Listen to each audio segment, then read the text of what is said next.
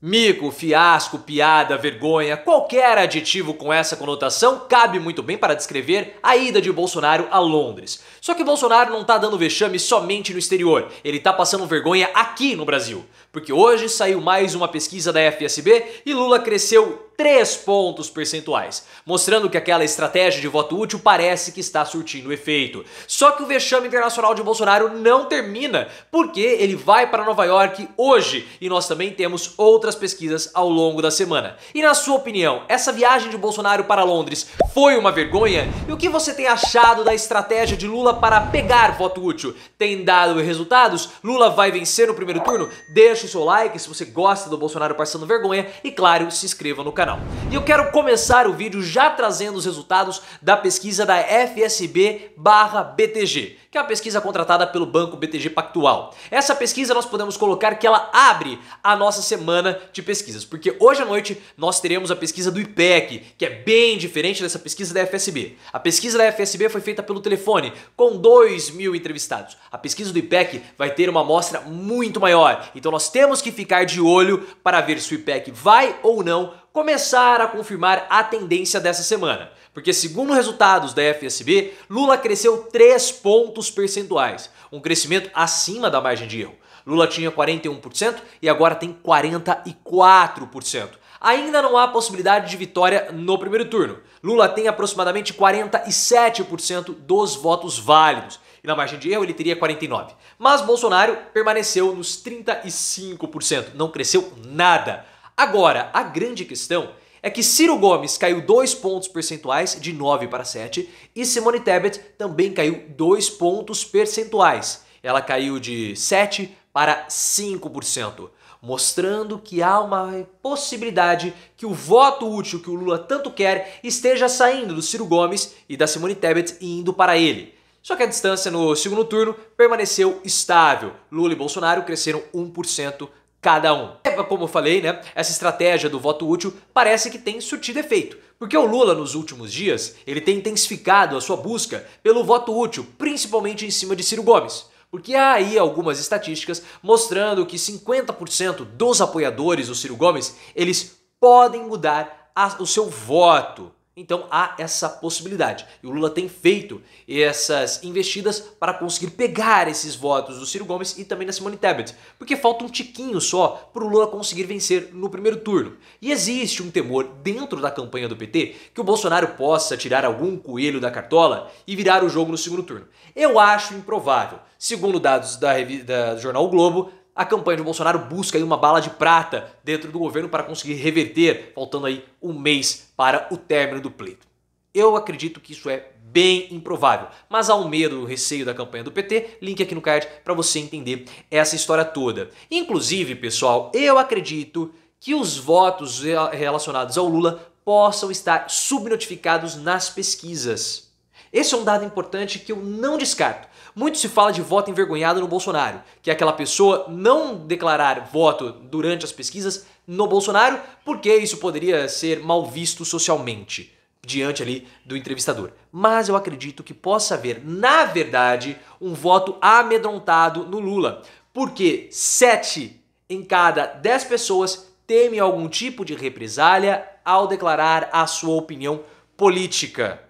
Então pode ser que as pessoas estejam com receio de declarar o seu apoio ao Lula com medo de sofrer represálias ou atos de ataques mesmo dos bolsonaristas. Porque nós estamos vendo uma onda bolsonarista bem violenta que não foi coibida pela PGR, mesmo os partidos de oposição fazendo esse pedido. E o que você acha desses resultados da FSB? Você acredita que existe esse chamado voto amedrontado no Lula? Coloque nos comentários. Agora, a rejeição do Bolsonaro é um fator determinante, porque o Bolsonaro saiu de 56% de rejeição e foi para 55%, ou seja, reduziu 1%. Agora, pessoal, o problema para o Bolsonaro é que mesmo ele atacando o Lula, a rejeição do Lula não aumentou. Na verdade, ela caiu 2%. Então toda aquela história do Bolsonaro atacar, falar, xingar o Lula, colocar mais o Lula do que ele próprio Bolsonaro na televisão e na campanha do horário político não surtiu o efeito que Bolsonaro esperava. E Bolsonaro viajou para o exterior justamente com essa moto passando aqui mas ela já foi embora. Bolsonaro viajou para o exterior justamente para tentar reduzir essa rejeição dele que é muito alta. Só que a viagem foi um vexame, um mico. A diplomacia internacional ficou assim constrangida com Bolsonaro, segundo informações do Jamil Chad, que é um colunista do UOL. O Jamil ele falou o seguinte, que olha, era esperado que a comunidade internacional, os líderes internacionais, eles tivessem um comportamento mais discreto, mais contido, um comportamento coerente com a situação fúnebre, porque aquilo lá era um funeral, óbvio. Mas Bolsonaro não respeitou isso. Bolsonaro utilizou o tempo que ele tinha ali, as suas aparições públicas, para fazer propaganda política. Apesar do Reino Unido saber que nós estamos em um momento decisivo, importante para o Brasil, eles esperavam que Bolsonaro fosse ser mais contido. E ele não foi. E aí então, isso gerou muito constrangimento e o mal-estar de Bolsonaro com a comunidade europeia aumentou. Então se o Bolsonaro esperava ir para o exterior para reduzir a rejeição, deu errado. E se Bolsonaro esperava ir ao exterior para conseguir também propagar a narrativa de que ele é um perseguido político, reduzindo a animosidade que o mundo tem com relação a ele, também deu errado. Bolsonaro quis ir a Londres para surfar a onda de um evento pop, porque a família real ela é popular aqui no Brasil e ela provoca muito fascínio. Então ele quis ir a Londres para tirar a foto ali com o Ray Charles, não o Ray Charles, o músico, fica esse trocadilho, né, o Ray Charles, enfim. Deixa isso pra lá. Para tirar uma foto com o Ray Charles e mostrar para a população que ele estava lá participando desse evento de importância global. Não tão importância, né, pessoal? Porque a rainha da Inglaterra, qual que é a importância dela? Absolutamente nenhuma. Mas ele foi lá, conseguiu tirar a foto, foi uma tietagem ridícula e patética do Bolsonaro. Mas nem recepcionado pela primeira-ministra britânica, Liz Truss, o Bolsonaro foi. Então foi ridículo esse papelão em Londres que o Bolsonaro acabou nos proporcionando. Mas, como eu falei no início do vídeo, ainda não terminou a vergonha de Bolsonaro no exterior. Porque ele viaja hoje, talvez já até tenha viajado, a depender do horário, para Nova York, onde vai fazer o discurso de abertura da Assembleia Geral das Nações Unidas. E não esperem um discurso com uma fala internacional. Obviamente que não. Bolsonaro vai falar novamente para o gado, como ele fez nos últimos 3 anos. E nessa Assembleia Geral da ONU, o Bolsonaro não vai ter nenhuma reunião